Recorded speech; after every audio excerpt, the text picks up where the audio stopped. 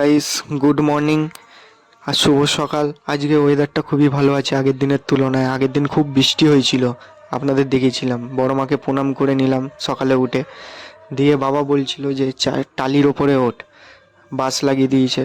প্রথমে উঠতে পারছিলাম না, পা স্লিপ খেয়ে যাচ্ছিল। দিয়ে তারপরে বাবা বললো আমার হাতের ওপর পা দিয়ে ওঠ। দিয়ে হাতের ওপর পা দিয়ে একটা বাস ধরে তারপরে আমি উপরে উঠে গেলাম। বললো দাঁড়া, ওখানেই দাঁড়াবি। দিয়ে আমাকে একটা হাতে তোশক দিয়ে দিল, বললো এটা মেলে দে। জানেন তো এখন বর্ষাকাল, বর্ষাকালে তোশক সব ড্যাম পড়ে যায়। ওই জন্য আজ রোদটা ভালোই উঠেছিল, ওই জন্য রোদে দিয়ে দিলাম তোশকটা। দিয়ে বাবা বললো যে আমার ঘাস পাতাগুলো আমাকে তুলে দে। আমি সাইকেলে তুলে দিয়ে আমার নিজের সাইকেল নিয়ে বেরিয়ে পড়লাম।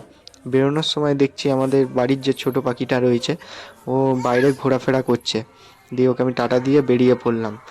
বেরিয়ে পড়ার পর দিয়ে ভাবছি কোথায় যাব কোথায় যাব। দিয়ে ভাবলাম আজকে না, এর টাইম আছে যখন, চালিয়ে যাই চুলটা কেটে আসি সেলুনে গিয়ে। যেহেতু অনেক দিন ধরে ভাবছিলাম যে সেলুনে যাব, যাওয়া হয়ে উঠছে না, টাইম পাচ্ছি না, কাজ বাজের এত চাপ ছিল।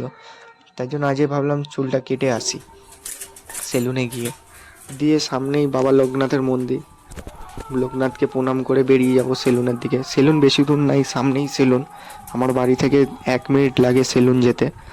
তো সামনেই সেলুন আছে, বেশি দূরও না, একটুখানি। এই যে সামনেই সেলুন, চলে এসেছি। সেলুনে গিয়ে বললো যে সেলুনে অনেক ভিড় আছে, তুই যা একটু ঘুরে আয়। পাশেই একটা বন্ধুর দোকান ছিল, বন্ধুর দোকানে বসে একটু আড্ডা মারলাম ওর সাথে।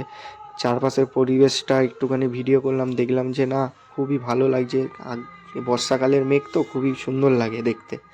দিয়ে আমি আবার সেলুনের দিকে গেলাম, দেখলাম যে সেলুনে কজন আছে।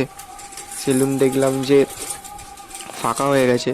দিয়ে চুল ফুল কাটার পর বাড়ির দিকে রওনা দিলাম। বন্ধুরা, আগের দিন যারা যারা ভিডিও দেখেছেন, অনেকে দেখেছেন কিন্তু সাবস্ক্রাইব করেননি।